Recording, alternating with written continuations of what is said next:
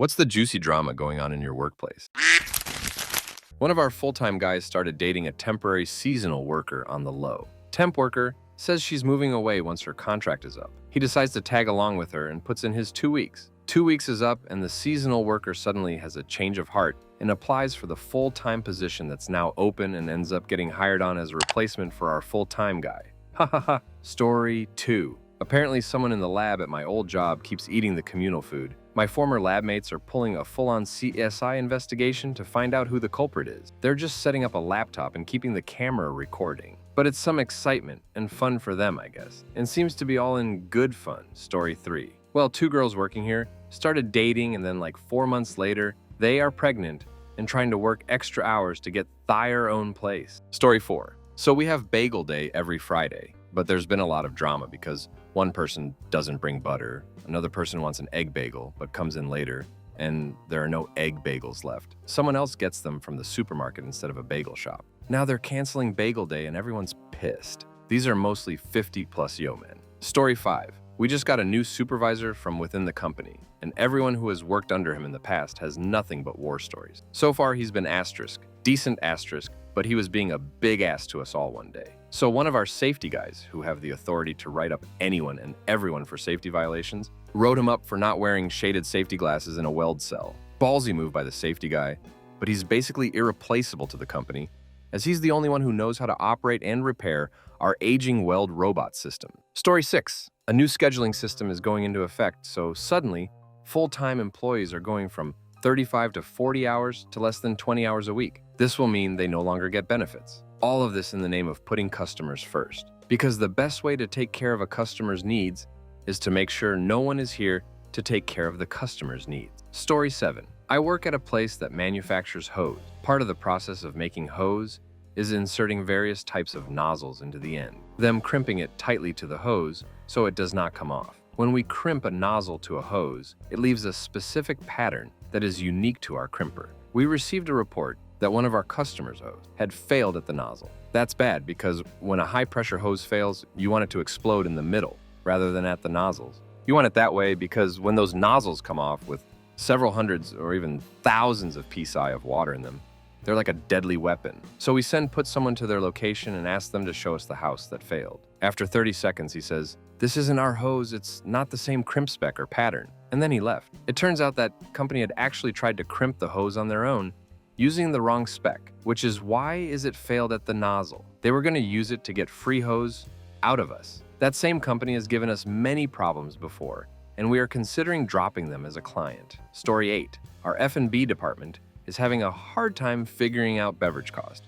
I, bar manager, calculated 23% for July, but corporate management has us at 27%. They reamed our asses asterisk. There were a lot of words said and threats made at our most recent department head meeting. The F&B director and I started investigating. We met with the property's accountant and went through every invoice and sales report for the month meticulously, and it put us at 22.3% cost. At this point, either there are unreported costs, overstated revenue, loss or theft, or software malfunction. Unreported costs are unlikely, since costs are recorded in duplicate by me and the accountant. Overstated revenue is unlikely, since Micros, Opera, and M3 are all reporting consistent sales. Loss and theft have been ruled out because a discrepancy this large would have made itself apparent when inventory was done at the end of every month. But corporate management refuses to believe that software malfunction could be giving them these numbers, saying, not verbatim, "Your costs are crap, fix it." Now, everyone on the property thinks corporate has been lying to us, and that they've fabricated this story in order to force us to be more profitable for them.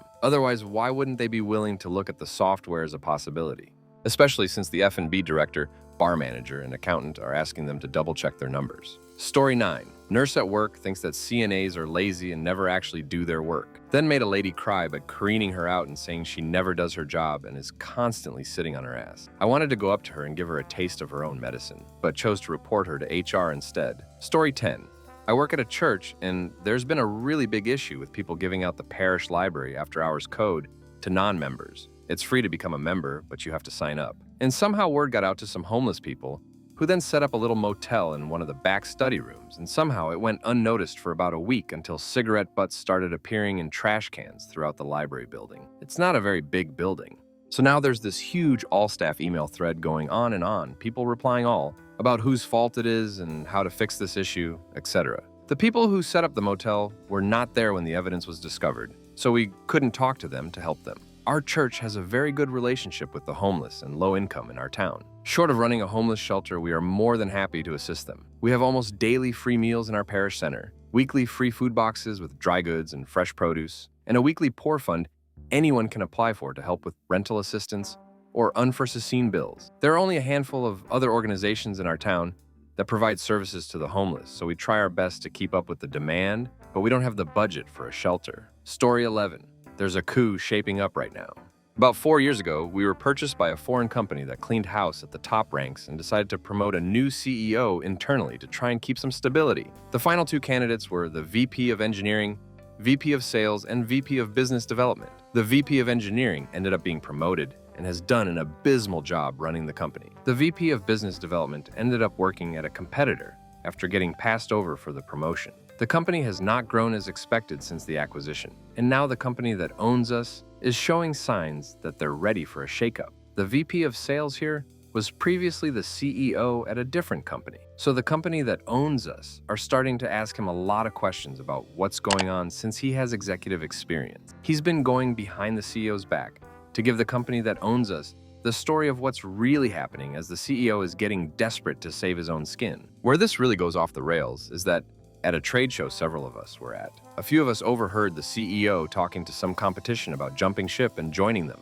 It was completely coincidental. We all went to the same bar after the show without knowing each other were going to be there. And the CEO didn't realize we were the next table over. Someone, and I really don't know who, there were 5 of us that overheard that conversation, secretly told the company that owns us that the CEO is getting ready to sell out the company and work with competition despite having a non-compete. The company that owns us doesn't know what to think about it because they don't know who to trust. Things are going to be interesting in the next couple months. Story 12. Didn't happen today, but a few years ago when I was working for a approximately 100-person contact center in New Zealand, it was pretty obvious that my manager, M, at the time had a bit of a thing with another manager, F. Lots of flirting, and while my manager normally had a bit of a personal space radius, that completely dissolved when the other manager was around, but for the most part, they kept it professional. Their personal lives were never the topic of conversation. It was just a bit of an elephant in the room. The occasional, "Hey, did you see M&F arrived at the same time this morning?" comment, but nothing too outlandish. So one day, my manager doesn't show up to work.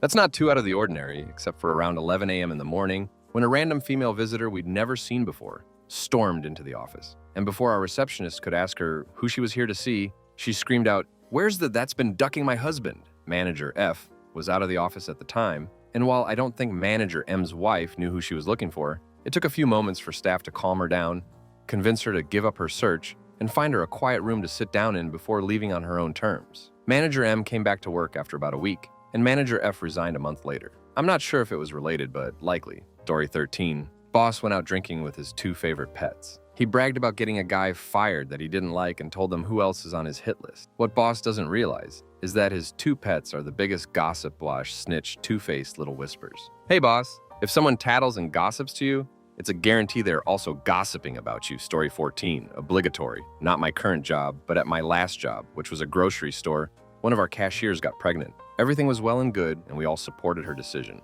and let her know she'd still have a job when she'd get back from maternity leave. I didn't know who the father was, and frankly, it was none of my business. I wasn't working when this happened, but found out later. Well, one day she was shopping on her day off when she ran into the father of her kid with another girl. They were being cuddly and holding hands and crap while they too were shopping. So this poor pregnant goes off on them. How could you? I kept the baby because of you, etc. They get in a huge fight and have to be escorted from the store by management. The store manager didn't recognize her because she wasn't in uniform, and he was an oblivious pause anyway. He tried to have her banned from the store. She ended up quitting because if it had her baby, and I think is doing okay despite the circumstances. Story 15. My team lead is pregnant. She's only 5 weeks, but was so excited she had to tell someone, so she picked me. It's a secret. Poor thing is suffering morning sickness so badly. I've been bringing her ginger ales and crackers in secret. In a company of 30, there's us 2 and 1 other woman. All the bosses are males. I don't think there's ever been a pregnant staff member here before. Hopefully, they are nice to her. Story 16. Well, at my old job at a supermarket, there was a relationship between a manager and a cashier. manager, technically front-end coordinator, let's call him Banana, uses the company system to look up a cashier's information to stalk the crap out of her social media. Banana is one level above all the cashiers. We will call this cashier Girl. So Banana is a bit of a creeper and eventually adds Girl on Facebook to start messaging. Girl, I guess, finds Banana somewhat attractive enough to go out on a date with. They go on a few dates and kiss, hook up, and it's going fine, but Banana steps it up with the creepiness and drops the L-bomb 2 weeks into when they first started talking. Girl gets creeped out and refuses to say it back for a little bit. Girl also tells Banana multiple times she is not looking for anything serious because life and she is leaving for college soon. Girl specifically says, "I do not want a boyfriend," and Banana says, "I know." A day later, 2 other managers, one level above Girl, say, Hey, I heard you are Banana's girlfriend," and she gets teased and is annoyed. Girl is unhappy but continues to see Banana because she doesn't know how to end it without it affecting her job. Banana becomes more possessive and schedules Girl every time he is scheduled, calls her every night, says, "I love you," every conversation, refuses to meet up at places, picks her up and drives her wherever, shows up to the apartment building she lives in to surprise her. Generally, creepy, possessive person. Finally, a month into the mayhem, Girl is pressured to say, "I love you," and does, while Banana is a banana. Girl leaves for college about a week later. Banana calls her every night and gets mad. When Girl goes to a party or hangs out in a group with a male, Girl stops talking to Banana and blocks his number. Girl gets Banana out of her mind and starts to date a guy she met. Girl gets a call from a restricted number, and it's Banana, who is drunk and says he is sorry, but he is unable to surprise visit in a month. Also, he is a father of a kid he originally claimed was a nephew. Girl hangs up, continues the date she is on, and pretends Banana doesn't exist. Next day, Banana gets angry and messages on every social media platform and blocks Girl so she can't respond to the messages. When Girl comes back from college, Girl quits cashier job and gets a better job. Story 17. At the restaurant I'm currently working at, my friend is now FWB with her ex-boyfriend's close friend, while the ex-boyfriend is desperately trying to get back together with my friend. However, he is clueless about what's going on between my friend and his close friend. We all work in the same kitchen. Story 18. Let's just say I hate the phrase, "that's not my job," and I am tired of having the same conversation with my boss about the person who keeps using this bullcrap phrase. Story 19. Co-worker got her car repossessed. She had it for 6 months, almost tore the bumper off, and just beat the thing all to hell. She thought she could just make partial car payments. She didn't want to pay 100% of all of her bills because she'd have very little money left to do fun things, aka get really drunk. She has to come up $1,100 in 10 days to get it back and provide proof of insurance. Well, not only does she not have $1,100, she also does not have insurance. In order to get insurance, she needs a valid driver's license, which she also does not have. She thinks she can just let the car go without any consequences and the dealer will just sell it and recoup their losses. And this week, she has bed bugs. She thinks she can just move downstairs because the bugs are upstairs. Story 20. Not drama, per se. Just not a great time ATM. I'm the third man in a 3-man building company, 2 brothers and myself. I am the least proficient in my skills out of us. Recently, one of the brothers has gotten a DUI, his second. He'd been doing projects in his own neighborhood, seeing as his license is suspended. Meanwhile, myself and the other brother have been working toward finishing the main summer build outside of town, about an hour away from me. Now that we're pushing to finish out the contract, we need all hands on deck. Since I live closer to the brother with the DUI, I willingly volunteered to drive him for the last week of building. That means 45 minutes west to his house, 1.5 HRs east in major crosstown traffic, to the job site, 8 to 10 HRs on site, and then back the same route. Very ducking, taxing. Meanwhile, since I don't know as much about every aspect of building as my boss, I constantly get slight scoffing and moments of being talked down to. Since our next project, that is way closer to my house, is being hung up with permits, we're going to be continuing to button up things for our current client. So once the brother with a DUI gets a leg monitor, there's a potential that he will want to keep going out to the site via my driving, which is not what I'd agreed to and will not be supporting. I have a week of vacation to consider the way I will frame my future conversations and remind myself as to why I enjoy carpentry and the company I work with. That is all. Story 21. 2 of my co-workers are named Ashley, and they are both in relationships with other people, but also not so secretly are hooking up. They are impossible to work with when they work together, and we're all waiting for the other shoe to drop. Story 22. It's my old workplace, but whatever, I at least know all of the workers involved. A 16-year kid did a hit and run, then came to work like it was nothing. When the manager asked him why he was so fidgety, he calmly said, "Oh, I just hit a car, then sped away here because I didn't know what to do." Manager was like, EF, go handle that right now, assuming that the kid would go back to the accident. Well, it turns out the accident was an hour prior to his shift, which means the people involved in the accident were long gone. The kid went home and just did whatever he normally does instead. Baffled TF out of me. The cops later showed up to his house to arrest him because some pedestrians thankfully caught his license plate. Mommy bailed him out and couldn't believe that they would arrest her son. Have no idea what happened after that because he showed up to work a week later as if nothing happened. Story 23. Construction site. Someone keeps clogging the portable urinals with tightly rolled toilet paper. And someone also keeps writing threats. Now they have an addict who goes in after people to check. They're hot on the trail. Story 24. Someone created an anonymous Gmail account and sent an email to all the offices in our region about illegal and unethical practices by a specific manager, but they never named who it was. The fallout from this is all our offices are being audited by the region manager, so we're running around making sure everything is up to date and in order. Story 25. Oh, 2 employees had a serious issue due to both being loudmouthed and polar religious opposites, one called corporate, got people needlessly shifted around between location. The guy who called corporate is now at my location and he's a lazy pose. I've gotten 3 complaints about him from client company employees in the 1.5 weeks he's been here, and he already managed to wreck a company vehicle. Ex-employee keeps showing up wanting to visit people. He was removed from the premises last year under threat of trespassing charges, but our company has no official protocol for what to do if an ex-employee actually shows up. Official instructions are to let it happen and sweep it under the rug afterwards as long as it's on weekends. Oh, and our electrical room, where everything is running 480 volts, keeps threatening to flood whenever it rains. That's fun. Story 26. Person A doesn't know that person B and C hate him, and person B doesn't know person C and A don't like him. It's like a love triangle, but with hate. Story 27. It's not juicy, but almost 3 months ago, my coworker suddenly died. He was diagnosed with a mild form of cancer the year before, but was just declared cancer-free. 2 days before he died, I saw him for the last time. I'm currently on maternity leave and visited my workplace with my baby. His family never said what it was he died of, so it is rumored he ended his life. I was very close with him. He was 61 and could have been my father, and I guess to some degree, I saw him as a fatherly figure. He was my role model when it came to work. And ever since I've started working there 6 years ago, I've made it my goal to become like him one day. I'm starting work in 3 weeks again, and I can't even imagine how it'll be without him being there. We were always the first ones at the office. We use the quiet time in the morning to talk about our day and private life over a cup of coffee. We've always worked Christmas Eve together as the only people at the office. He always wrapped his wife's presents at the office. We were not just colleagues, but friends.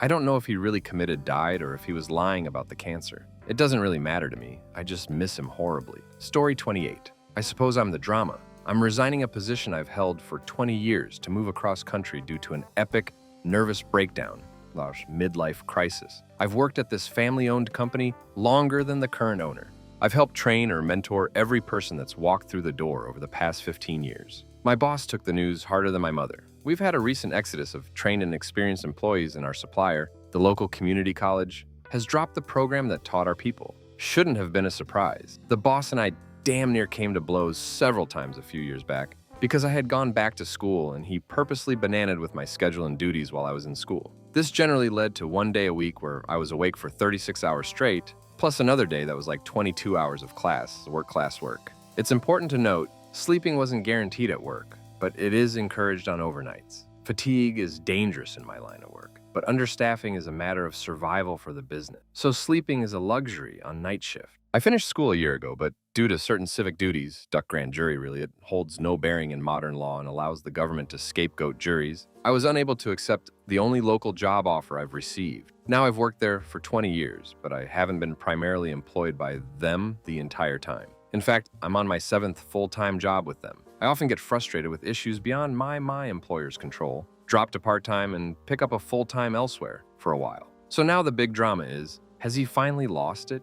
Or is he coming back in 6 months? Little do they how I'm letting my certification that takes 2 years to earn expire and hope to never with this level of physical, emotional, or psychological stress and abuse ever again. Story 29. I work in the bakery at a grocery market and our manager started to hide the free cookies because coworkers from other departments were taking handfuls. They're supposed to be taking one at most because they're really for the little kids. It's like hide and seek back there. This guy from seafood found them the other day in a box of raisins. My manager has lost some brownie points. Story 30. I'm waging a one-man war against about half the staff. Working nights at a hotel, I'm not generally awake when they hold meetings, nor do I see very much of the management team. So about half my coworkers are getting into this habit of saying, well, why not have night audit do it? They believe in their hearts that my night is spent sitting around playing online or watching TV. In reality, while I do get considerable downtime, it's because I need to fix any issues that pop up asterisk entirely on my own asterisk.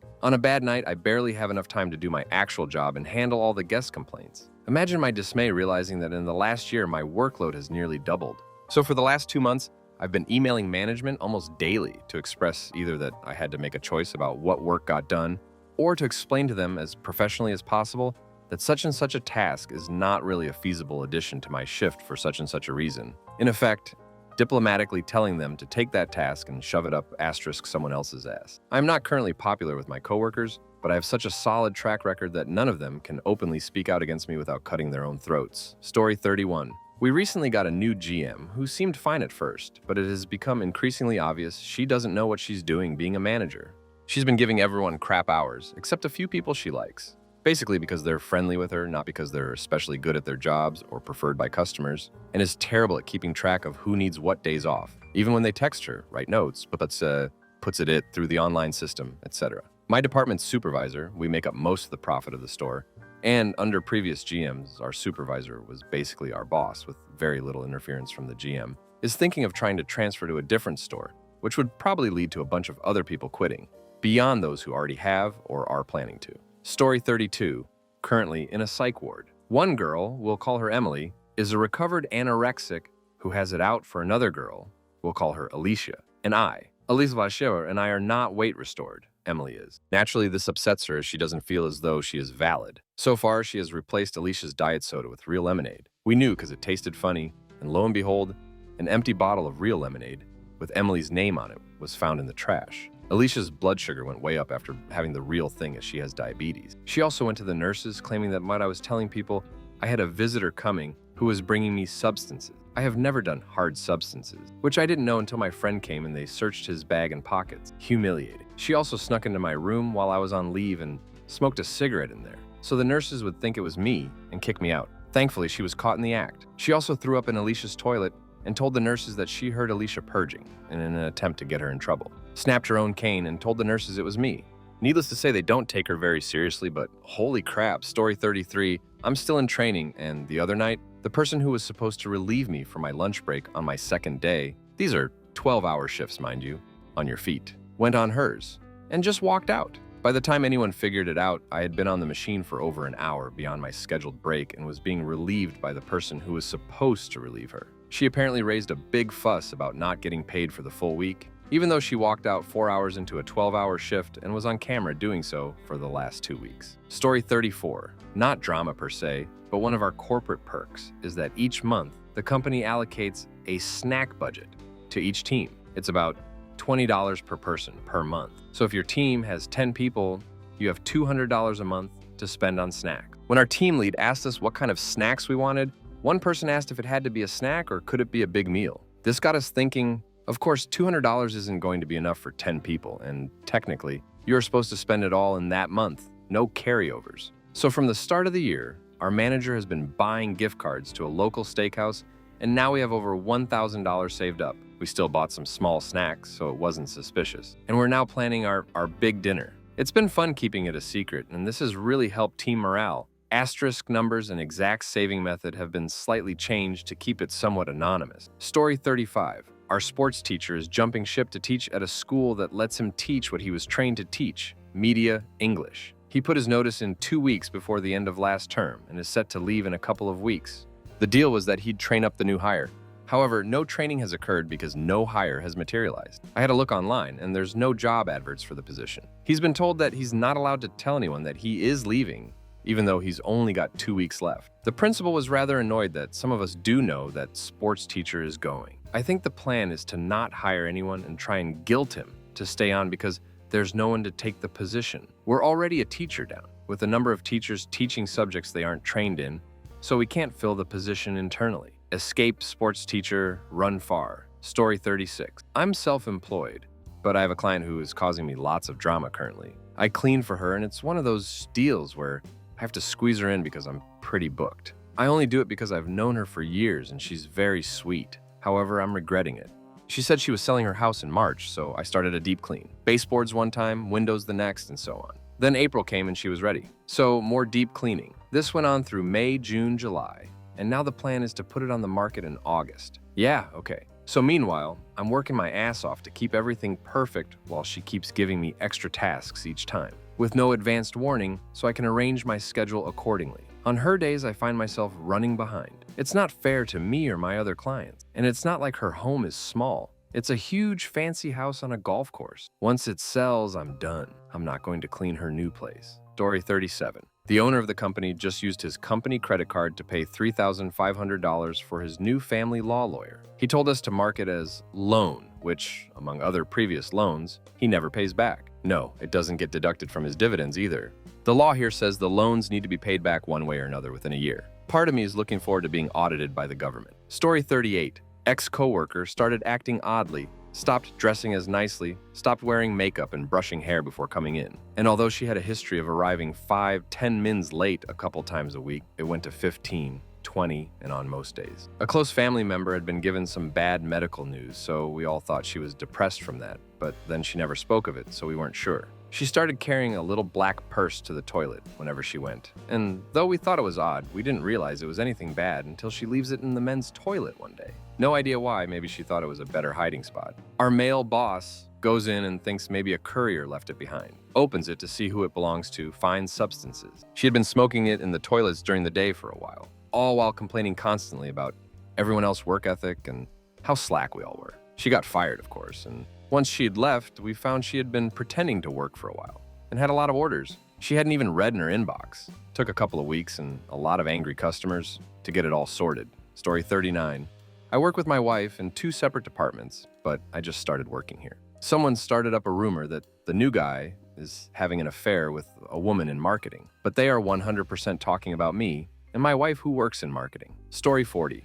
My workplace is currently engaged in a game of who's going to be the next to lose it at the last-minute shopper. For context, they come in 5 minutes before closing and never take less than 20 minutes to do their shop, often more. This has been going on for multiple months.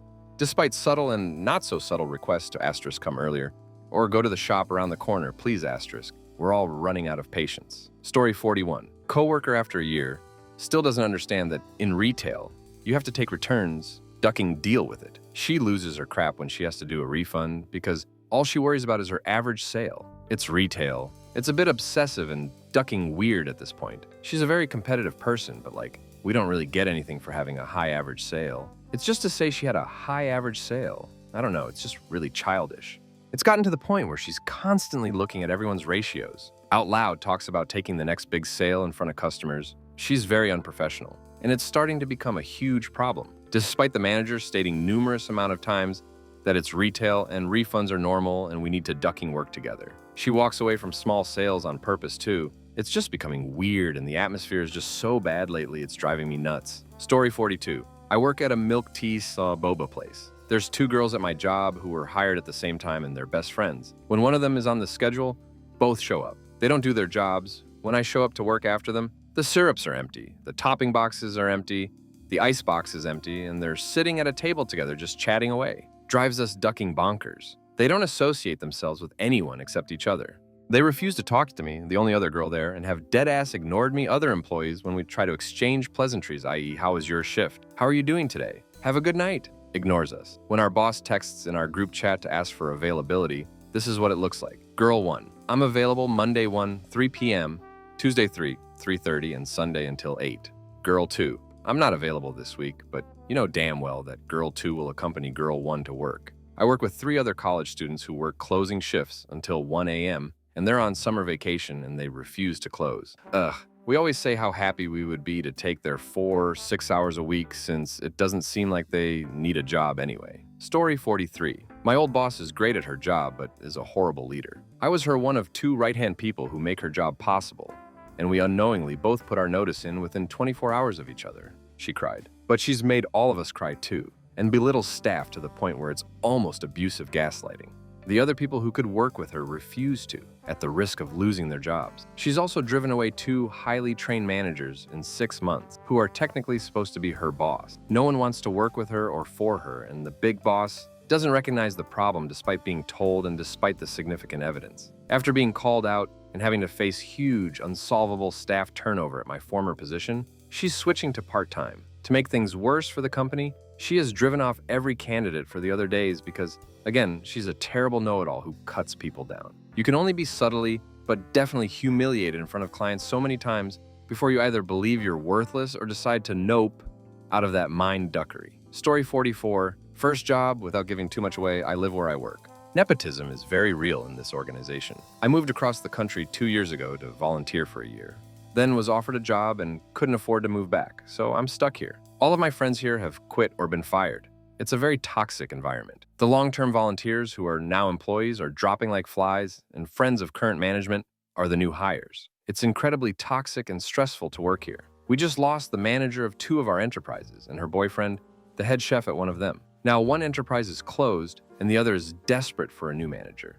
And no one in management realizes it's because the executive director is borderline verbally abusive to employees and the organization is falling apart. I can't wait to get out, but I'm terrified to step out of line. Because if I'm fired, I'm homeless, carless, and jobless, 800 miles away from everyone I care about. Second job, the managers are trying to get each other fired, but they both kind of suck. Story 45. Technically, this has happened at my old workplace at a popular small-town pizza place. 1. A couple is breaking up because the guy wants to do webcamming, something his GF is already doing, so that he can have a way of making money that his GF won't immediately confiscate from him, as she controls all their finances, even though they're not married and have independent bank accounts. 2. A well-liked employee got in a car accident while not on the job and is currently suing the restaurant for not paying his medical bills for the accident, and he thinks it's totally appropriate to go into the restaurant to drink and socialize as though he's not been blacklisted and is suspended because they can't ethically fire him. Along with this suit, he's filed another against them for not paying the medical bill from when he cut open his hand at work after he never gave management the bill, and it's now heavily increased because he never paid for it. Also, he pocketed the money they did give him to fix his car instead of actually getting it fixed. This is all drama from the last month. Story 46. On Thursday afternoon, my colleague got a dodgy-looking email claiming to be from ICT, telling him that his account had been blocked for suspicious activity. I told him it looked dodgy, and he shouldn't act on it without speaking to someone in ICT to confirm it was from them. Friday afternoon, my colleague received a delivery report for an email he didn't send. Over the next 30 minutes, he received hundreds of delivery reports for emails he didn't send. I asked what he had done with the dodgy email from the day before, and he told me he had clicked a link in the email and logged on where it asked him to. I told him to call ICT. Ace confirmed that his account was now being used to send hundreds of emails out, and he really shouldn't have followed the link in that email. It's now Monday afternoon, and it took until late morning before ICT had finished fixing his account and cleaning his emails. I'm the public sector, so these emails were going out from an official-looking email and could have been asking for personal information or money, so it's a pretty serious security breach. Story 47. One of our assistant managers is stealing money. We all know who it is, including our boss, but we don't have any hard proof that it's him. Gotta love filling out a police statement every couple of days. Also, there was that chick that got fired 25 minutes into her first shift. Boss won't tell us why. Oh, the speculations. Story 48. I was injured by a coworker kicking open a door, which popped my shoulder out of socket as I was opening it from the other side. Him and 2 female coworkers all took me to urgent care as it was the end of the shift, and we had planned to go out together. They almost got us kicked out by making out in the lobby of urgent care. Yes, all 3 of them. My doctor was not happy. They dropped me off at my house after and immediately went and had a sex. Turns out 2 of them were secretly dating the whole time. The third is married and cheating on her husband with the 2. I actually just got fired from my job for telling my boss that I thought it was inappropriate to continue to allow them all to work together. Boss didn't appreciate me trying to run the workplace. Story 49. My boss suddenly started mentioning her PhD. Weird, I thought. She never mentioned it before in the 4 years I worked with her. But she definitely wouldn't lie about that, right? I had to find out. I searched graduation records. I checked for theses. I checked websites for labs she would have studied in. There's not a stitch of evidence anywhere that she has a PhD. I'm now convinced she doesn't even have a master's degree. She's lying to coworkers, clients, and investors. When she meets with actual PhDs in her field, she embarrasses herself. I wish a client or an investor would just ask for proof. Story 50. About 80% of my company's trained workforce is in the process of resigning over the lead supervisor being a pain in the ass. He plays favorite with one worker as well as possibility taking a large sum of money meant for bonuses for himself and generally not doing his job. We can't do a whole lot since he convinced the owner to resign for financial reasons. So most guys are just leaving. Story 51. There is 50-something-year-old lady that acts like she's ducking 12. It's like she never grew out of that phase in her life, and she loves being a Karen to everyone. She's a very poisonous person, and I think she likes making herself mad. I don't understand her. Story 52. My coworker just got fired for stalking another coworker. He was also pretty bad at his job, so that was just the straw that broke the camel's back. Still a crazy situation. Story 53. We got an office kitten, and the boss spends hours per day either playing with the kitten or browsing Reddit, and sometimes she disappears for a nap in the afternoon. It's questionable as to whether or not she gets any work done. Full disclosure, self-employed, work from home, am said boss. Story 54. The VP of our department retired with no advance notice. We received an email from the president of the company that basically said, today was the VP's last day after 40 years at the company. Everyone assumes this means this was a forced retirement or firing. Everyone else who has been with the company and retires has an announcement and party. Story 55.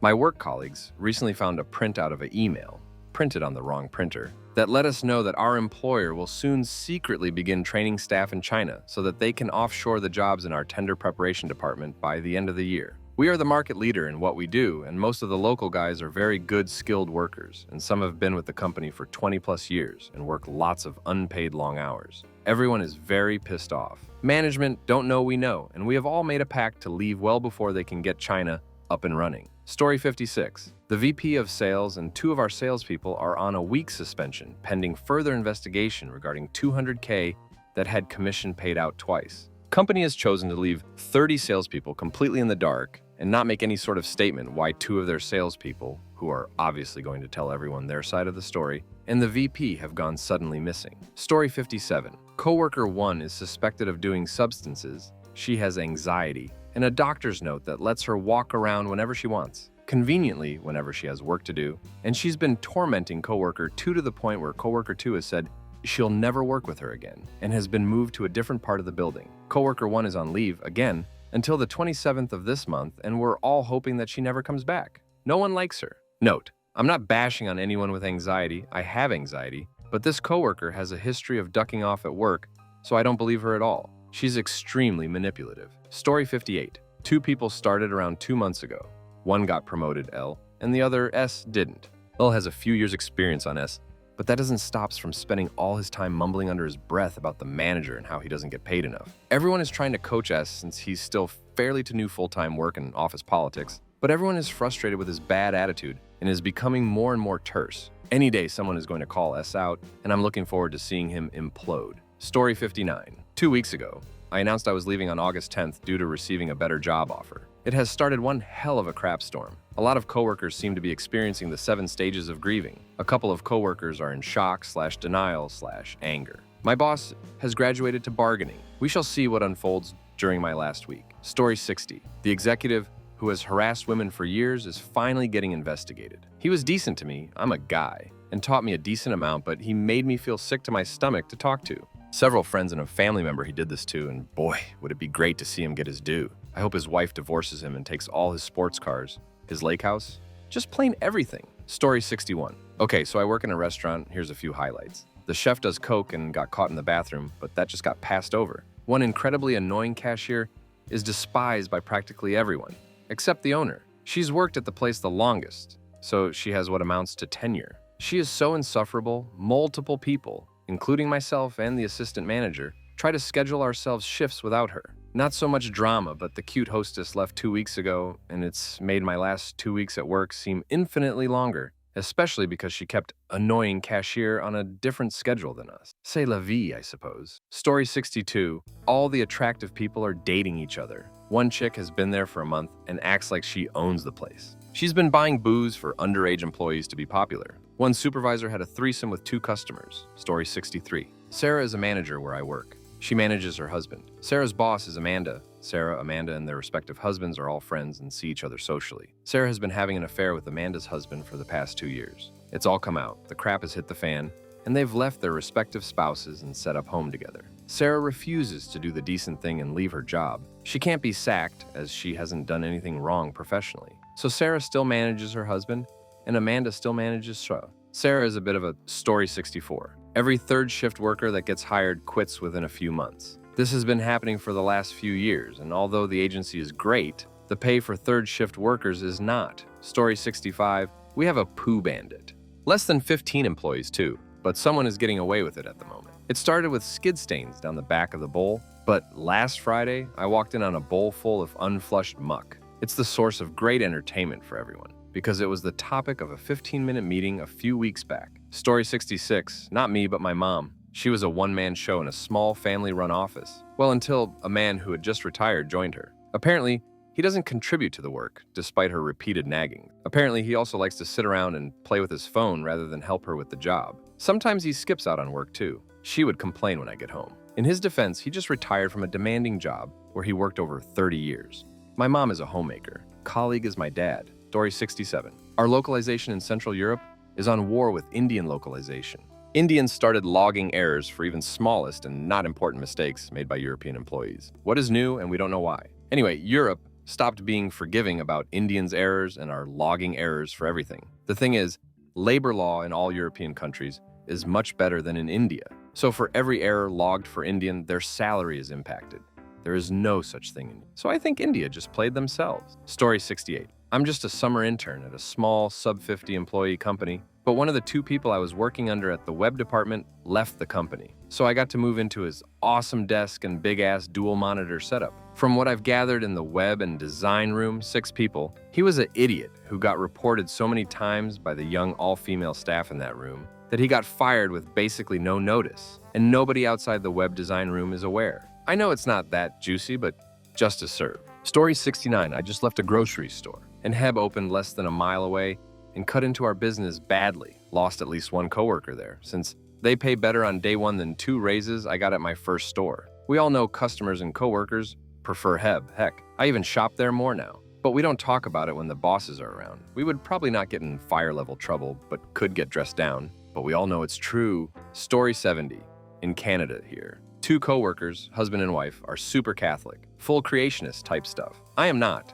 We got into a big argument because the husband is trying to steer his Christian friend away from the gay lifestyle. Because you can't be a good Christian if you're gay. I smoke substances occasionally. If I told him, he would legitimately call my boss to try to get me fired. I know for a fact I wouldn't get fired because my boss couldn't care less, but I don't want to deal with the drama.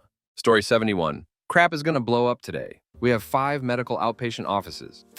5 front desk people at each office. One guy who is in charge of them all. He handles call-outs, training, ECT. He has been with the company for 25 years. We are not hiring more people, so when a person calls out, he just fills in. 12-hour days. He put in notice Friday. Big boss on vacation for next 2 weeks. Story 72. I work childbirth at a hospital. Coming onto my shift, I heard there was a guy in Emerge with a carrot you know where. Last I heard, it traveled up a bit and they were still trying to figure out a way to get it out that didn't involve surgery. Story 73. I left a week ago, but one of my last tasks was to pull security footage from an entrance to a restroom to catch 2 people going in one at a time, but overlapping, obviously. The people from accounting going at it again, this time in the can. Before it was filing closet, but CCTV was laid there. Story 74. We broke the all-time sales record for our franchise again. If the sales bonus isn't over $1K for the full-time employees, it basically proves the owner of our store is stealing from our commission pool. About half the employees, 3 of 7,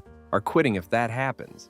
I'm one of them, mainly because I'm having a wedding and just want the out for my honeymoon. Story 75. The place I work at may be getting sold. One girl heard some guy on a phone checking out the place and saying he was looking for a buyer. Our GM straight up asked the owner about it, who denied such a thing was happening. However, both her and her husband are getting up there in years, so we're all just pretty much expecting to be bought out by someone else. Story 76. One of my co-workers hit someone in self-defense in another state. He's also been accused of abuse and locked up for 1 year before his name was cleared. I'm the only person who knows this, not even the employer knows. Story 77. We hired a Venezuelan immigrant who recently got his documents and stuff. A week into his employment, his girlfriend kicked him out, so we allowed him to stay in one of the buildings on property as long as he didn't tell anyone. The other staff were confused as to why previously broken machines and pipes randomly got repaired overnight. Only the management knows. What is the small-scale work drama happening in your office right now? My coworker was texting my old number, thinking it was me, asking if I could cover a shift. The person who took over my old number replied to her saying, "Take on my balls," or something like that. I almost got fired for it. Story 2. The old manager wrote a list of pros and cons for each employee for the new manager. She left it out where it could easily be read. There are 5 cons for each person and 2 pros. She hasn't left yet. Everyone now hates her. Story 3. Someone's been eating people's sandwiches at work. They only get the sandwiches too. I'm legit invested in this because I want to know, why just the sandwiches? Story 4. I teach. Our team, teachers of the same grade level, is going to send home colored paper note sheets for parents to write encouraging comments to their students for state testing coming up. We want it to be a surprise for the students. We decided to try to see if the office could give us half-size manila envelopes to use. We found out they could. Very exciting as a teacher to get office supplies. The secretary went into the locked closet to get us some envelopes. Another grade-level team found out that we got envelopes from the office. Now they want envelopes because it's not fair that we got envelopes and they didn't. That's the drama. Plus, one teacher that basically hates kids and her job, and maybe everyone else will finally retire next year, but we all were hoping it would happen sooner. Story 5. I guess this isn't small scale, but fits the drama side. We've just received our pay increase and bonus figures for the years. Except HR sent a number of letters to the wrong people, some of whom work together doing the same job but with different rates of pay and bonuses. Bedlam. Story 6. Saved a guy with CPR this morning. He had a 98% blockage and coated on top of a rebar mat while pouring concrete. Once we got him back going, we were 4 stories up and needed to get him to ground for EMS to transport. Our project safety plan relies on the fire department first responders to provide a backboard with picking points on it for crane usage. We couldn't wait any longer, seeing as we had already lost the guy twice. We placed him in a skid pan, not proper procedure, but we had him secured, and sent him down as soon as the ambulance came into view. The fire department admitted that if we would have waited on them, we would have lost him. The guy got to the hospital just fine and is doing okay now. He had a stent put in and is being monitored. The doctor said that CPR saved his life and thanked us for the quick response. All seemed to be right in the world. Some ducking guy took a video of the guy being transported by crane to the ground and sent it to our corporate safety department, and OSHA. An investigation was launched, and I have been fighting for my job ever since. The interviews continue tomorrow. I am dreading even going in. So, this whole weekend, I have been on the phone with our corporate legal and head of our safety department. I have since been applauded for the heroic efforts we all performed that morning and have been placed on the company's website for recognition. As far as the OSHA situation goes, they noticed our efforts were well-intended and were absolutely necessary in a dire situation such as that. It seems to be all blown over by now. Most importantly, I finally spoke with the individual who needed CPR on the phone this morning. Other than his 4 broken ribs, he is in great shape. He's in good spirits and is extremely thankful for us saving his life. We spent a couple hours on the phone today, and he sounds like a man that has a second chance. I hope this clears some things up, and if anyone would like, I will continue to update just in case something changes. Story 7. A close friend who got me a job where I'm currently working has his golden birthday coming up, and unbeknownst to him, everyone put a little money together and got him a bottle of bourbon he's been saving up for specifically to celebrate his birthday. We're giving it to him tomorrow, and I'm so excited to see the smile on his face when he receives it. Story 8. I used to work in a warehouse that got shipments of used books from secondhand stores. One day, someone pooped inside of a napkin, folded it up, and put it inside a book.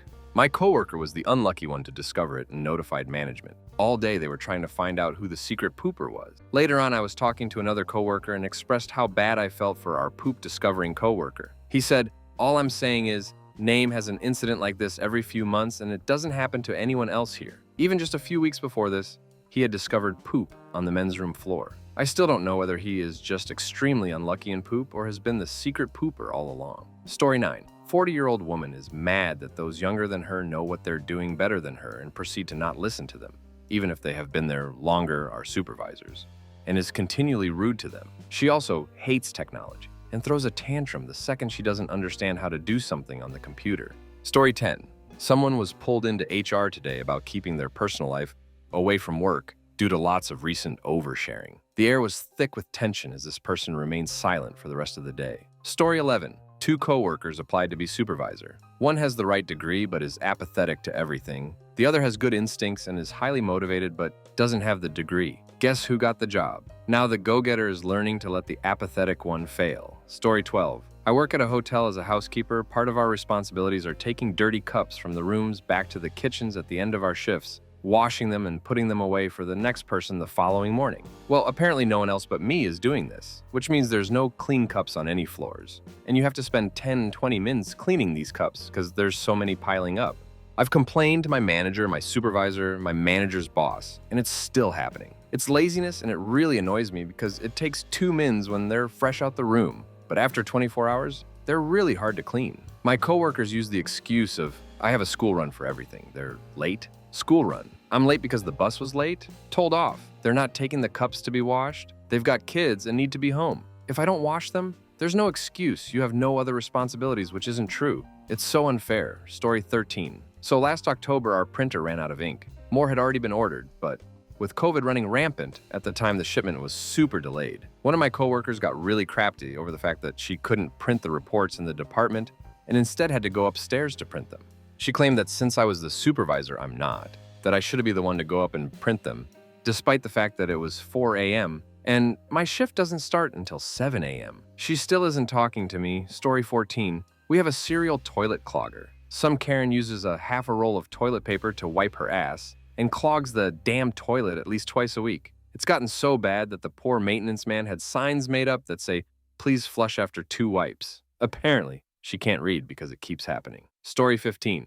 I quit my job. I highly respect the company, and they treated me well for the most part, so I gave them approximately 6 weeks' notice. I knew I would be hard to replace. I'm the sole manager of my department, with nobody in the wings to step up, and we are in the middle of a busy business period. I sat down with management after I put in my notice to iron out details around my leaving. I offered to help train my replacement if they were hired before I left. Management informed me that they were going to wait for the next year's business plan to be finalized before advertising for my position. The business plan is usually finalized around the end of March. I leave at the beginning of April. The job market is insane right now. Everybody is short-staffed, and the last management role we needed to fill took over a year to hire the right person. I've worked for this company for almost a decade in my position and can count on one hand how many times I've had to call in sick. It doesn't happen. I'm one of the most reliable staff they have. This is one of the reasons why I'm the sole manager for my department, because management never saw a need for a second person, despite me asking for one. However, I ended up having to take some time off the past few weeks due to injury, not work-related,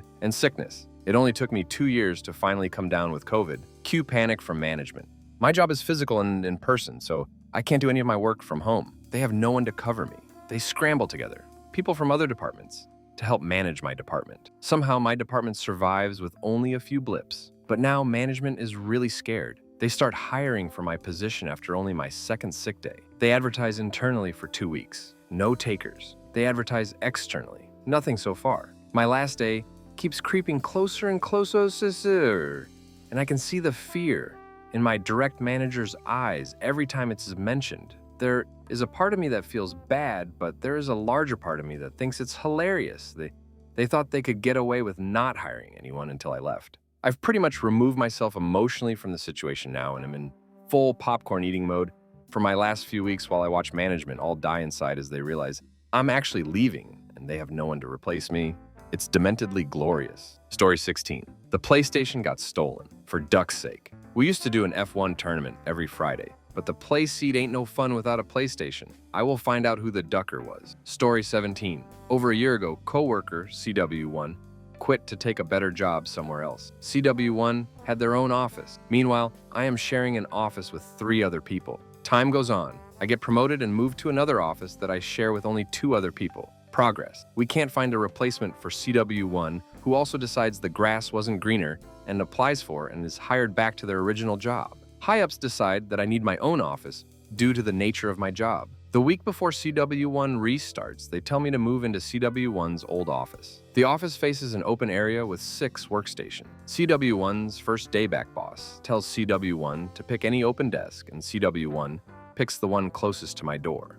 Oh, our jobs have absolutely nothing to do with each other. Bonus drama. CW1 was a team lead. Coworker 2, CW2, applied for CW1's job twice while CW1 was gone and was passed over both times. The third person in their section also got a job elsewhere during that time. CW2 has been keeping the section afloat and doing the work of 3 people for over a year. CW2 quit the Friday before the CW1 returned. Story 18. One of my coworkers handed in her notice. Our boss needs her to stay on for an extra month than her 28 days notice, and is now treating her super nice because he needs her to stay. But you can also see how pissed he is that she's leaving story 19. A guy slept with 2 different girls and they both got pregnant. Plot twist. He's married, his wife is a trucker, so she travels a lot.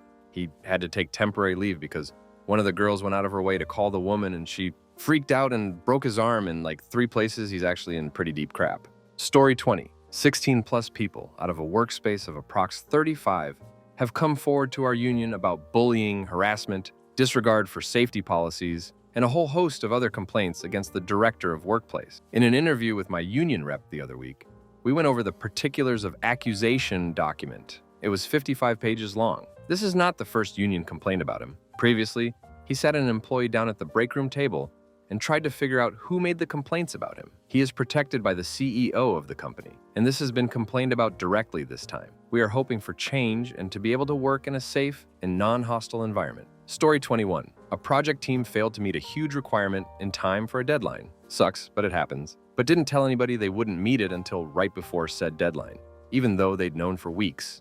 Yikes. Story 22. No one gets along with our boss, so the company hired another boss to be our point of contact. He's her deputy. The original boss has started gate-crashing Zoom calls. She's calling people on their days off and writing emails saying they're unprofessional for not picking up on their day off, and told a pregnant lady about to go on maternity leave that she's not happy about the pregnancy. A WhatsApp group has been made up where everyone is voicing their concerns to the deputy boss, and things are getting out of hand quite quickly. Story 23. I work alone most of the time, but a resident's heart gave out and he slammed into the front sliding automatic door. He ended up passed right in front of my coworker, and the funeral home didn't get him out for approximately 6 hours. A lot of other residents saw him under the sheets. The door got jarred a little by the impact, and it's always been wonky, so it keeps opening and closing on its own. I'm constantly worried it's going to have a fit in front of a resident who knows the resident passed right there, and then we're never going to beat the haunting allegations. Story 24. We have more business than our small team can handle, so product quality is going down and everyone is stressed.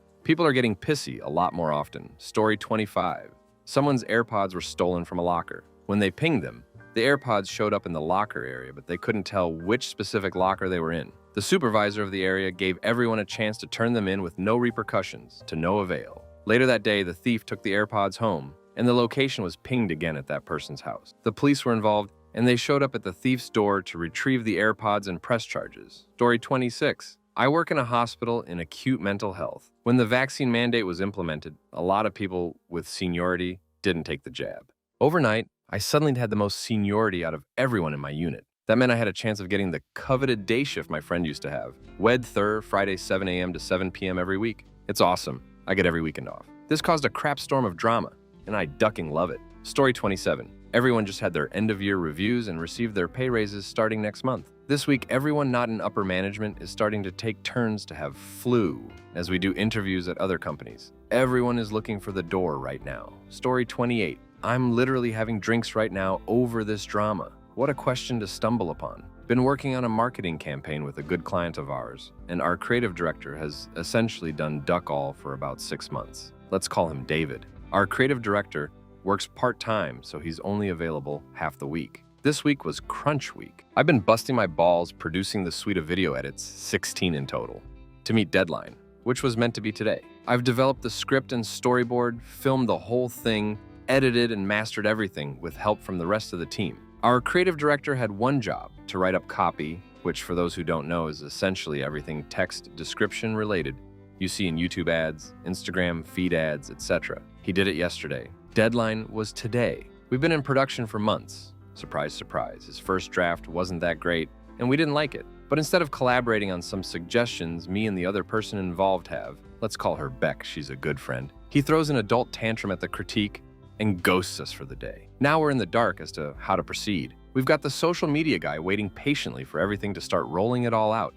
The client is wondering why the captions descriptions for social media are so bad. I'm sitting here wrapping up 16 edits. Beck decides duck 'em all. I'm doing this myself. We both hop on a call and smash the thing out in a few hours. This process involved writing captions and descriptions for all the videos, deciding which goes to which paid service, curating a list of photos for the Facebook carousels, double-checking each edit for quality, etc. Our creative director did duck all the whole project and threw a tantrum on the day of deadline because his writing was bad. Me and Beck, two people, decided upon the rollout of an entire campaign and sent a client for approval because no one else could be bothered. I busted my arse because this was a passion project for me, which I filmed and edited and I didn't want to see wasted. I'm angry, slightly drunk, and really considering taking my skills elsewhere. Thanks for coming to my TED Talk.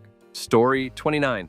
Not an office, but I'm ragging my boss to hire some help so I don't have to work all summer without a day off again. My mental health will not survive that. I'm quitting my job since I'm barely paid over minimum wage, and I'm just so tired. Story 30. Returned back to office and some people forgot about the dress code, so my manager sent out a strong-worded email about it. One of the girls took it way too personal and confronted my manager about it during our re-entry onboarding meeting. It's only been a week since we've been back. Story 31. There's an employee who keeps looking into clients' past information. The problem is that you're not really supposed to do that at our job unless you are authorized to do so. She has a long-ass run of looking things she's not supposed to look up and doing really dumb crap. She's claiming that she has found a level of issues within paperwork for the said clients and is trying to report them.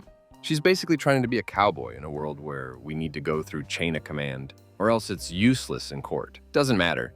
You're supposed to do your job, and that's honestly it. If you have an issue, you can always report it to your manager or team lead, and they will give the final say. She also has been emailing PyInfo without having to censor the said big information points, for example, SSN. So she's committing a big-ass federal crime. She will act confused and then have an on-the-job instructor do her work all the ducking time. She won't take no or accept that she makes mistake. Major narcissistic vibes, and she doesn't realize that she just causes more problems than she should. Honestly, my boss has had enough of her bullcrap, and I cannot wait till she destroy this git. The amount of bullcrap that she does is just mind-numbing. Story 32. Trying to get workers back in 3 days per week. Nobody coming in. Forced pregnant lady to come in. Midwife found out and noted pregnant woman was high risk and is demanding company's procedure and evidence, or who and why this woman was told to come back. It's glorious to watch them scramble and panic. Lawyers getting involved. Story 33. Linda has an fistula and won't stop telling people about it. One coworker was already in the office when I arrived. I strongly believe she slept in the office after a night out. Another coworker is leaving and has spent the week making spreadsheet art instead of doing any work. I admire his creativity. Story 34. Our HGV mechanic threw his phone on the floor and said, "Duck this job," and left. He'll be back and probably get a pay rise. He's back in Monday, so he's just had a long weekend off. Story 35. Today it was that Scooter wanted extra treats. And even though Scooter is a good boy, Scooter's owner had guidelines not to break. However, Scooter was okay with substituted belly rubs and head pats. Story 36. Okay, so recently I've started my own company, but previously I worked for a staffing agency with a lot of branches in multiple states, and one of my contacts for the agency told me that a place they staff in Iowa had a nurse that went rouge. They noticed that there was a pretty large amount of morphine missing one day, and in a place with people dying, that's a big deal. So there's a scramble to figure out what the duck is going on. Meanwhile, a nurse pulls in the lot, back from her lunch break only. Something is amiss. The entire front bumper of her car is dragging on the ground as she pulls in. It looked like a complete wreck and definitely happened over her lunch. The neighbors call the cops after hearing the thing being driven. Cops show up to find this person working like nothing had even happened. Turns out they were looking for someone that hit somebody and drove off. Classic hit and run. The damage is so bad, though, that it's quite hilarious to me that she showed back up and continued to work her shift as if nothing happened. Anyway, when questioned by the police, this nurse claims that the car was stolen and abandoned. She claims to have gone to retrieve it on lunch. Cops can't detain her just yet, so they leave to gather some more evidence. Meanwhile, management puts together the fact that this nurse was the one with the highest likelihood of knowing something about the missing morphine I talked about earlier. At this point, her shift has ended. So this Karen flees the state and abandons her absolutely trashed car in the parking lot. Literally just got on a plane immediately after leaving and noped right out of the situation. The ball's on the woman, man. Wild day at work in Iowa, apparently. Story 37. Working at a bar, stared dating my coworker. We broke up after 4 months, and she was very upset. We still work together, and 2 of her best friends have also been hired. She's building an army, I think. Story 38. I bid into a new position at work, and my previous job was a very sought-after position. The guy who was in the lead to take my old job, our bids are awarded based on seniority, is a total asshat. He was a sure thing to get it, much to my entire crew's displeasure, when all of a sudden, our beloved homeboy from the yard came in at the last possible minute and put his name in and will be getting the job. Asshat is going to have a total meltdown when he gets the news. Our crew is very pleased. Story 39. The attorney who owns the law firm and the managing paralegal, both rarely there, had a meeting with all the other attorneys that are there daily to tell them to not assign work to me from them so I can focus on their work. No one has said anything, but I can feel the tension of everyone hating me on why I can't help. Story 40. Many people in our team are so averse to learning new ways to do things or rethinking if the way they do something is at all efficient. I'm still fairly new to this role, and most of my coworkers have been there for 10 plus years. So I'm trying to figure out if it's because they're just escort, apathetic, burnt out, or something like that. I can understand there have been some very big, upsetting, and controversial restructures and job cuts over the past 15 years, through COVID especially. So some people are just going through the motions now. I get it, and I don't hold that against them. But a few are just baffling in that they don't even think of the simplest things. It's the fact they don't even stop to think, why asterisk, Don T asterisk, I do it this way? Or what if I tried asterisk this asterisk instead? This is my first role in the field I'm studying for, librarianship. So it's depressing to feel boxed in by such old-fashioned ideas. I know this is common, but it's the first workplace I've been where it's so obviously detrimental. Example, I provide support for researchers and staff by sourcing or buying journal articles and books. If they need the whole book, we choose whether to buy it for our collection or borrow it from another library. But if they just need one chapter, one article, we can ask a library to scan and email it to us. This is 90% of my role. The staff member who I took over this role for was showing me how to do her new role so we could cover each other while on holiday. She's previously been in my role for something like 14 years. While showing me her role, which is similar, she was going to borrow an entire physical book to be shipped to us so that asterisk, our library asterisk, could then scan the asterisk one asterisk chapter the professor needed, and then the book would be sent straight back. I simply asked, is there a reason why we can't just ask the lending library to scan and email the one chapter we need instead of having the whole book sent? This is obviously cheaper, near instant, and way less work involved. And she just blinked at me like a deer in headlights and said, well, I've never done it that way. I guess that could work. Let me remind you, this was literally her job for the last 14 years, and we request electronic copies asterisk all the time asterisk. Somehow that just asterisk never asterisk occurred to her. I honestly was questioning what I had gotten myself into by accepting this job. Thankfully, my direct supervisor is really cool and much more open-minded, so she loves that she finally has someone who isn't afraid of change and can give me more difficult tasks that I want to do. Story 41. We got all of our projects for the foreseeable future pretty much done, so everyone is kind of not working or putting next to no effort into getting things done while collecting a paycheck and not telling anyone. Story 42. I work as EM security, picture security with medical training, in a retirement home. People aren't telling us very important things that we need to know. People just write it down somewhere or tell someone they think is going to tell us, assume it got to us or will get to us, and get pissed off at us when something goes wrong. Story 43. Coworker broke his ankle recently, call him L. Takes the bus to and from work every day. Due to his shift ending late at night, the only bus he can catch towards his home is between a 25-minute walk normally. His bus shows us 30 minutes after his shift ends. The guy that takes over when L's shift ends, call him N, offered to drive him to his bus stop, which to drive there and back takes 5 minutes. Did that for a week before management realized. The problem is that technically N-son is leaving work during his shift to drive L. Shift change is at 8 p.m., gets back to work by 8:05. This leaves the other guy, call him M, working alone in the building, watching over multiple machines, which is a big safety violation. The whole department is up in arms, ATM. Half wants to let N drive L to the bus stop. The other half wants him to stay and help M. There have been threats of fights and firings going on. Story 44. My coworker continues to complain about resource management while actively creating hazardous work conditions. The boss is either dead or so negligent we rule ourselves. I haven't checked my email in a week. I am in college. My cat is my coworker. He meows at the bathroom door whenever I want privacy. He then gorges and vomits, so I have to clean. My dad hasn't called me all week. Spring break is really boring. Email inboxes are scary. There might be a ducking email in there. Not worth the risk. Story 45. Minor downsizing means the two of us on temp contracts will have to reapply for a single post at the end of the year, so one of us stays and one of us goes. Story 46. Some Ahole changed the mouse setting on this other Ahole's computer. Extra large jumbo cursor, trails across the whole screen, super slow, so have to move the mouse across the whole desk to move the cursor halfway across the screen. Switch the button orientation. So you right-click to left-click.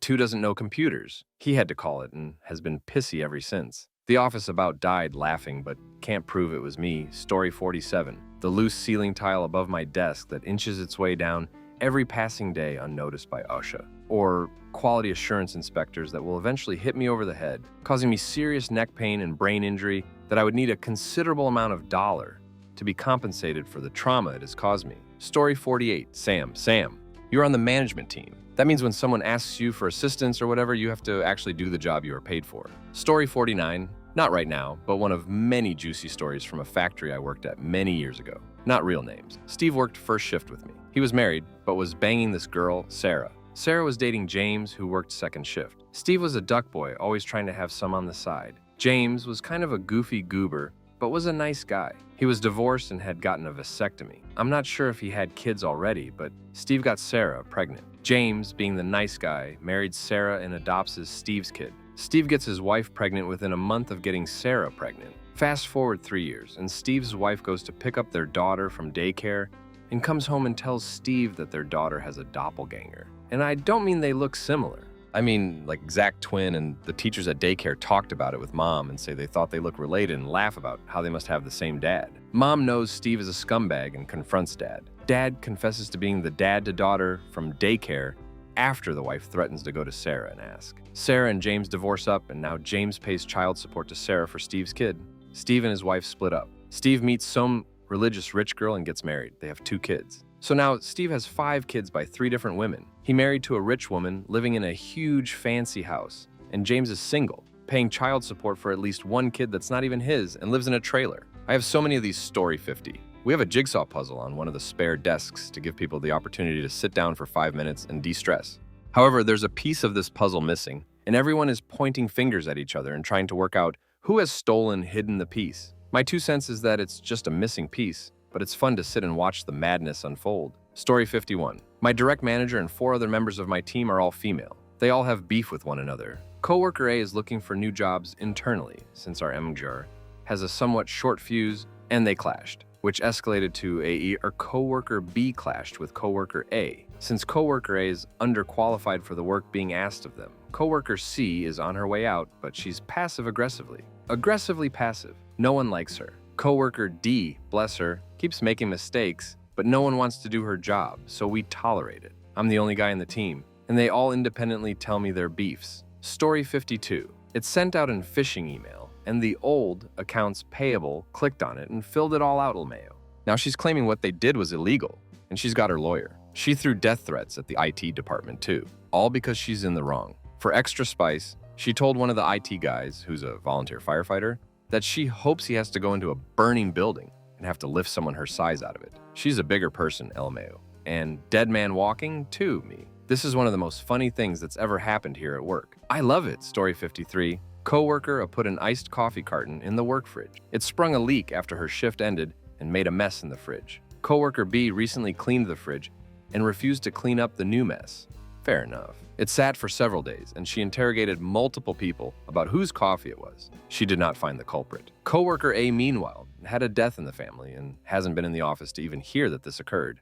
Someone else cleaned up the mess, and coworker B has placed passive-aggressive signs on the fridge now. Story 54. Coffee. Moving people into a remodeled building. We went from business-style Keurig to a 20-cup carafe of coffee that takes 10 minutes to brew. Quiet anarchy is happening. People are being late to meetings because they had to make a cup of coffee. They'll pump out the carafe and make a new one if it isn't fresh. There are 2 types of grounds. People will empty the carafe if it isn't the brew that they want, and the heavy coffee drinkers haven't made it back into the building yet. I have a feeling personal Keurigs at the desks are going to show up. French presses are already on the rise. The soda drinkers are still pissed. There isn't free soda like there is coffee. Water fountains with bottle fillers were added, yay, but it's warm water out of the spout. With a building of around 120 people, and me being a fan of people watching, all this unfold is glorious. Story 55. One of our drivers quit delivery/fast food restaurant. And in doing so, everyone is trying to take his shifts for the next week. He only gave 1 week notice. He's not getting a single shift of his own because everybody is harassing him for the shifts. Oh, and one of our older workers slipped an SCD her knees while on a delivery and is now trying to sue us. She sent a faked letter from her lawyer saying if she didn't receive $5,000, she was going to take this to court. Story 56. We got a large project sprung on us out of nowhere.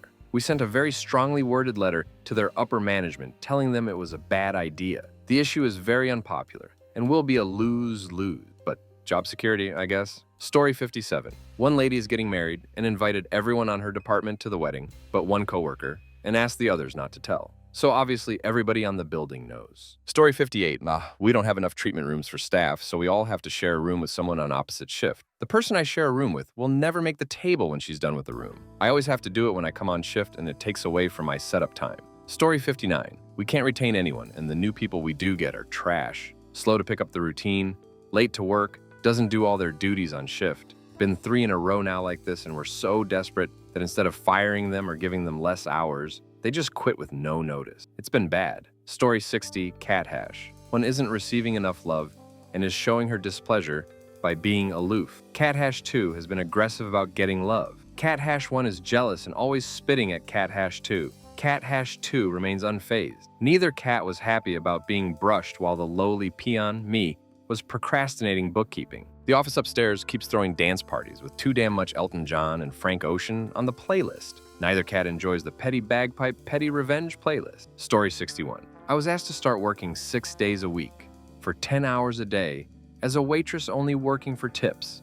They don't pay servers minimum wage. I simply told them I'm not gonna do that, and I'll be happy to work 5 instead. Now I have a few coworkers that want my shift for 1 day a week, but manager refuses, wants me to do it. I don't think I'll get fired, but now we just all dread the manager coming to whine about money and hiring people. Story 62. A new hire borrowed quite a lot of money to my coworker on the 2nd day on the job. He promised to pay it back on the next day, but it's been 2 weeks and he kept finding excuses. One thing led to another.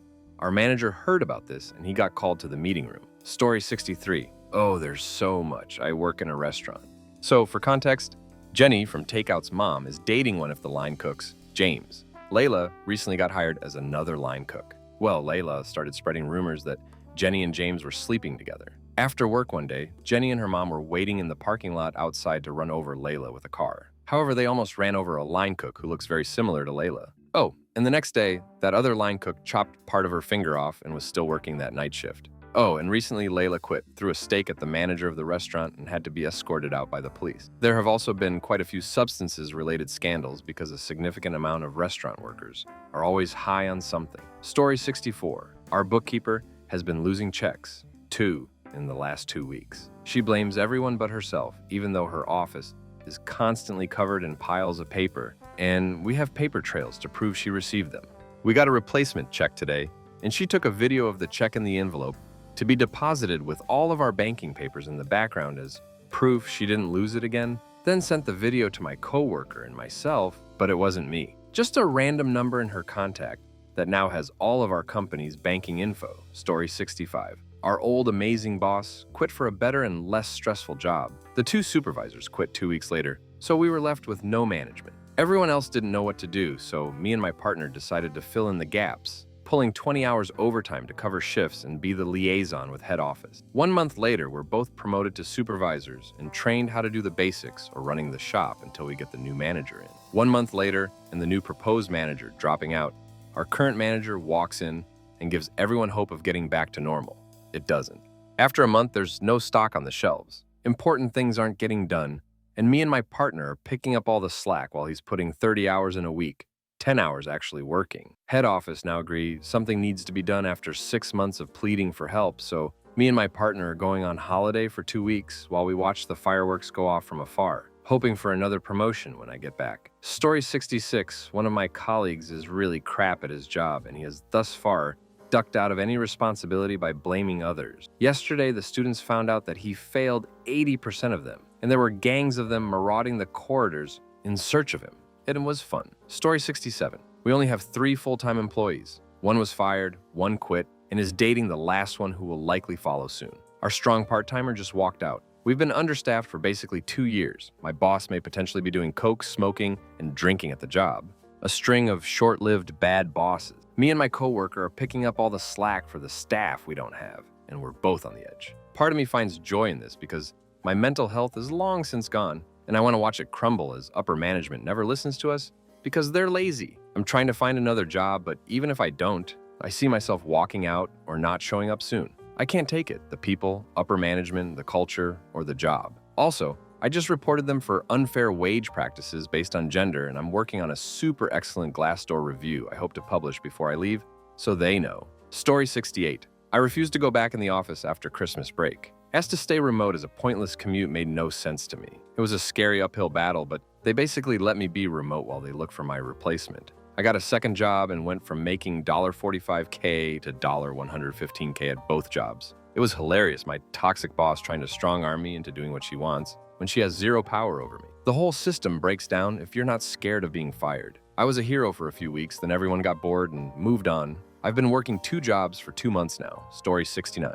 A new hire lost the master set of keys for the entire building. If we can't find them, we have to replace every single lock, which will cost thousands of dollars. Okay, maybe that's less than small scale, but I still find it kind of funny. Story 70. Gluten-intolerant chick giving everyone the silent treatment cause. We went to Burger King on our deigned go out to lunch during break instead of bringing food from home day, instead of going for sushi asterisk again, asterisk like she wanted. Story 71. My colleague came into the shared workspace and announced, I have decided to follow my dream and liberate myself. I'm going to go to an adult club and audition to polk dance, and all of you have to come and support me. Make sure you bring at least $20 worth of ones to tip me, so everyone thinks I'm popular, and they ask me to come back. I'm 32. I'm a teacher in an all-female department of a high school. All my other colleagues were super into it, excited to plan a night out all together, and then when they turned to me and said, "You'll be there, right?" I made the mistake of saying no.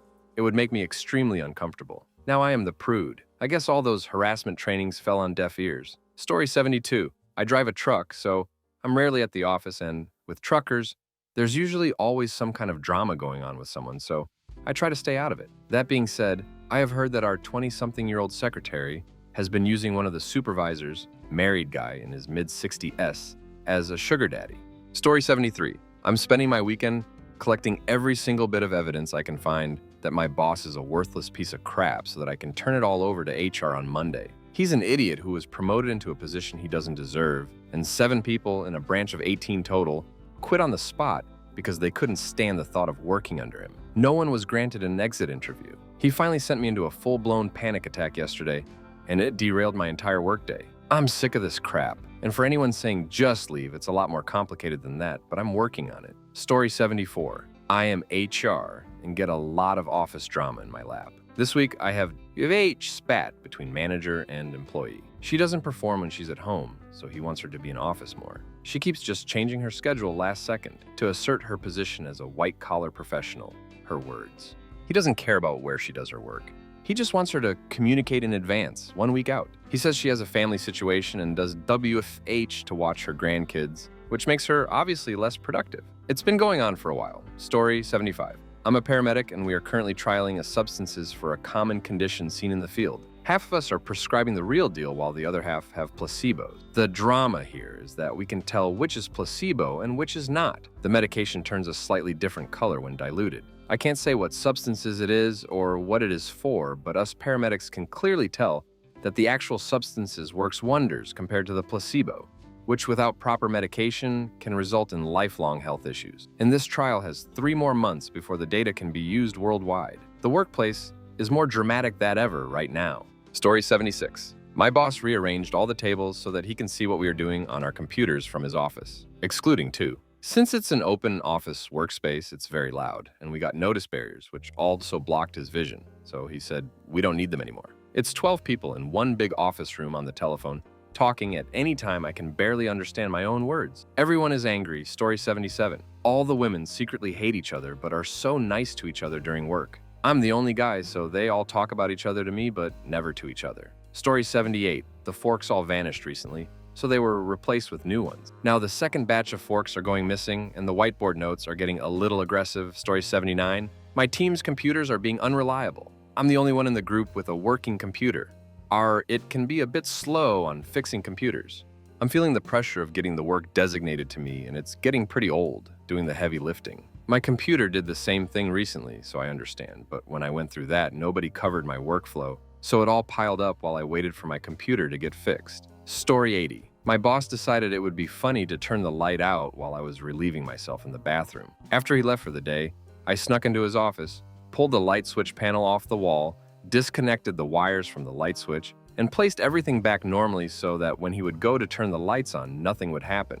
It has now been 3 days with no light in his office, and it has completely destabilized our corporate division. He still hasn't figured it out. The electrician is scheduled to be here tomorrow morning, so when he leaves today, I'm going to sneak into his office again and reconnect the wires. Story 81. A couple weeks ago, my coworker harassed me over text over a 24-hour period, spamming my phone with texts because she assumed the mental health day I took was COVID-related and commanded that I get a PCR test before returning. When I didn't, and both my DM and GM said they trusted my judgment, she went livid and convinced half of the work crew to leave on principle. None of them ever asked me why I took the day off. Today, HR is pursuing an investigation into the whole thing and are apparently looking at a song she sent me during the tirade as belligerence. And both my bosses are hoping this goes further because at this point, this person has become a liability in Story 82. I let slip that I'm having issues with my anxiety med, and my boss is now taking the opportunity to throw it in my face at every opportunity. What a Story 83.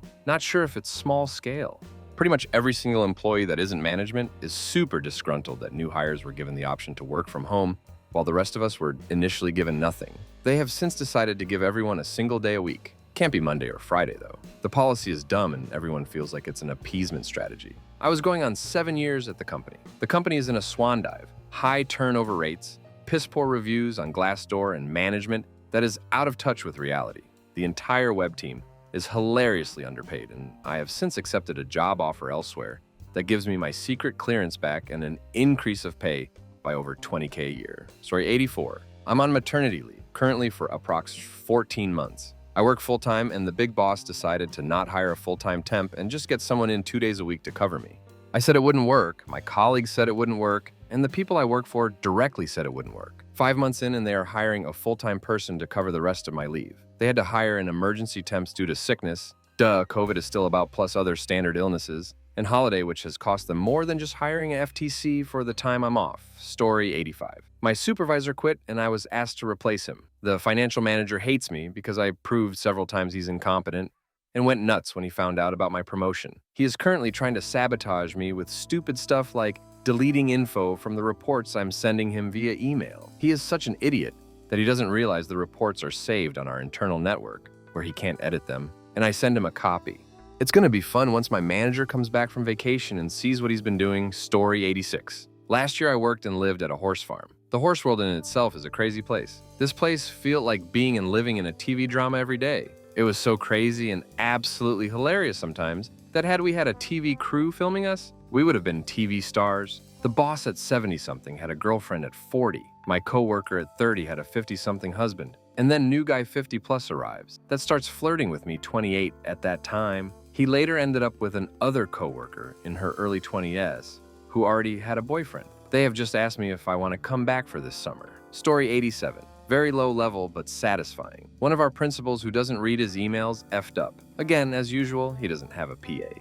We're a small company. My colleague found out, called him out on it, and offered some solutions for redoing the work, all of which would mean he needed to spend a couple of days on it. And he went into a rage on a Teams call and told my colleague not to tell the other principals. Unfortunately for him, the Teams call was within earshot of one of them, who raised their eyebrow when they heard that, made us chuckle. Story 88. I work in a veterinary hospital. One of our nurses is having relationship issues and sat crying in a kennel for half an hour while I held her. Our boss is selling the practice, and we're all dying to know if our head vet, who we love, will buy it, or some random we'll all hate. He also took the coffee machine home for a week to use. Bonus, he left his huge, crazy dog with us all day, who destroys the office and kennels with his insane activity levels. That was just today's happenings. Story 89. An HR presentation. We revamped our hiring criteria, and now most positions require a bachelor's degree. 2 minutes later in the presentation, now, it seems it's getting harder and harder to find candidates suitable for hiring, more than ever before. Mind blown. Story 90. Pre-COVID times, there was a microwave per floor at my old workplace. There's about 100 people per floor, and lunch is 30 mins and has to be taken between 2 p.m. Some kept bringing in frozen meals and putting them in the microwave for 20 minutes. He'd always put it on and go back to his desk, and I did have a go at him for it one day. Well, everyone's equally annoyed, so guess who kept getting their lunch taken out of the microwave halfway through and left on the counter for when he comes back, half cooked. A group effort by everyone using the microwave on the top floor. Story 91. So this is bonus system that is production-based. You're encouraged to go help people when they get backed up, which adds to your bonus, but subtracts from theirs.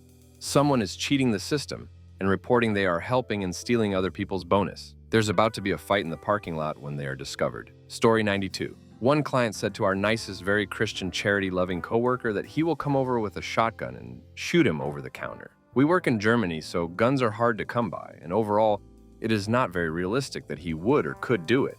Yet my coworker was mortified and hid the whole day in the warehouse, refusing to come out, fair enough, till my boss managed to get the client to apologize to him. Story 93. Our department is struggling with retention, so the admin bought a popcorn machine to try to boost morale. Think movie theater, popcorn-style popper. Guess what no one does? Clean the damn thing.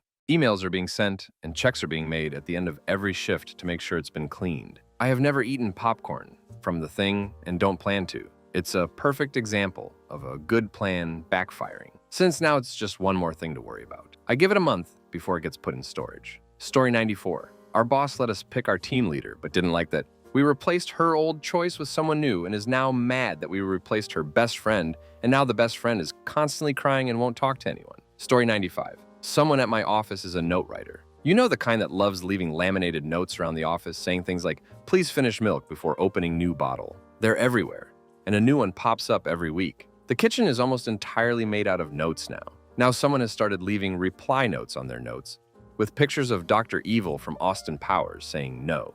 I don't know who's doing either of them. Story 96. Manager got another job. He's gone, no manager. Missing 2 employees from my job, so short-staffed, and now working 7 days a week until someone can be hired. So, anyone in Cincinnati want a job? Story 97. Don't know if small scale, but everyone is being asked to work in the office starting April. We were working from home for the last 2 years and delivery was not affected whatsoever. Of course, everyone is now looking to apply to another company, even before April starts. What tender and juicy drama is going on at your school or workplace? Story 1. We have been noticing small, mysterious changes over the last month in our office. A square of brand new carpet being torn up and replaced in a hallway. The runner in front of the cafeteria disappeared, and a few weeks later, we got a brand new one. Parts of the hallways have been strangely roped off. We also just had security cameras installed in all of the walkways. The situation was finally brought up and discussed in a private meeting. An employee has been pooping randomly throughout the building during business hours. These have been rather large piles of poop that people have narrowly missed stepping in. This is a very professional workplace, which makes this entire situation all the more perplexing. This person is still on the loose, and it could be anyone. Our office is currently plagued with a mystery pooper. Story 2. There's a mouse in the coffee room hiding under the fridge that the secretary has named Frederick. I saw him this morning. We aren't bros or anything, but I don't hate him. Story 3. Everyone is pissed at one department because any request for services results in their request for a 2-3 week strategic direction plan. These should be simple 2-hour jobs. Another department was just caught using an outside vendor to avoid the department in question. And the Cold War just got spicy. Story 4. We thought the coffee pot was dirty. We thought the coffee was bad. We got new creamer and then new sugar. Hours have been spent trying to figure out what's wrong with our coffee. It's the water. The water. Story 5. A woman at my work is lying about having cancer. She comes up with new sicknesses and calls out all the time. She told us she's pregnant with twins and sent us an ultrasound picture. We searched pregnant twins ultrasound on Google, and it was on the first page. It goes so much deeper than this, too. She would send pictures of herself pass on the hospital table from the nurse using her phone to my direct manager. We don't know what to do. Our bosses are telling us to fire her, but we can't. Every time she calls out, she has a doctor's note. Story 6. One of my dogs is sleeping in his kennel, the other in his bed in the living room. They always sleep next to each other. I wonder what's going on.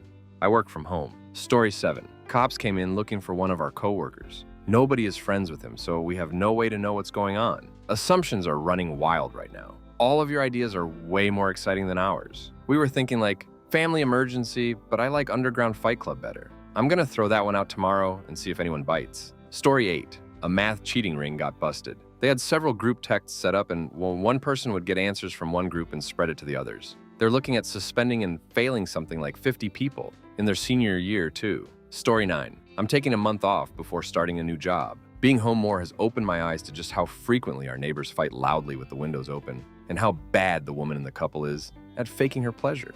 Story 10. Recently, everyone taking AP economics at my high school answered A on every question of a multiple choice test to get a curve that gave each of them a 100% lawful evil Amorite. Predictably, administration canceled the test. Both classes received lectures about work ethic instead of economics the next day. Story 11. So, to set the scene, I will fake name the characters at the outset. My boss is asterisk, asterisk, Megan. Asterisk, asterisk. Her husband is asterisk, asterisk, Daniel asterisk, asterisk. And my colleague is asterisk, asterisk, Melissa asterisk, asterisk. So this all started about 18 months ago. Me, Megan, Daniel, and Melissa all work in the same department. However, Daniel works in a different team because Megan can't be his boss. Anyway, we're all going for a team night out, curry, karaoke, blah blah, but Megan can't make it. So me, Daniel, and Melissa all go for the curry, along with a couple of others. Come Monday morning, Megan calls me into a meeting, crying her eyes out because she's convinced Melissa and Daniel slept together on the night out. She's absolutely hysterical, so I agree to ask Melissa as we're pretty close. I ask Melissa, who also hysterically cries, telling me that Megan is using her power as her boss to push her out of the company and begs me to believe that she didn't sleep with Dan. I trust her. I mean, we've known each other for a long time. Dan also promises me nothing happened. However, Meg and Dan's marriage suffered as a result of all the drama. Months go by, Megan becomes really strange, starts following Melissa to the bathroom, trying to listen to her recorded calls and access her emails. I tell her that she can't use her position like this, and we do this weekly routine where she cries, promises me she won't do it again, and she does it again the next week. Anyway, it gets to a point where Melissa can't cope, and she resigns. Megan walks around all triumphantly. Dan seems to reconcile with his wife, and they start trying for a baby. Last night, Melissa posts a picture of an ultrasound, clearly stating that it is hers and Daniel's baby. Turns out they'd been sleeping together for 2 years, 6 months of which was prior to their wedding, and she'd lied to me the whole time. Megan is obviously devastated, walking around like a ghost of herself. Daniel thinks it's the funniest thing ever. Now lives with Melissa and is expecting a child on his anniversary date with Megan, which also happens to be Meg's due date with Dan's child.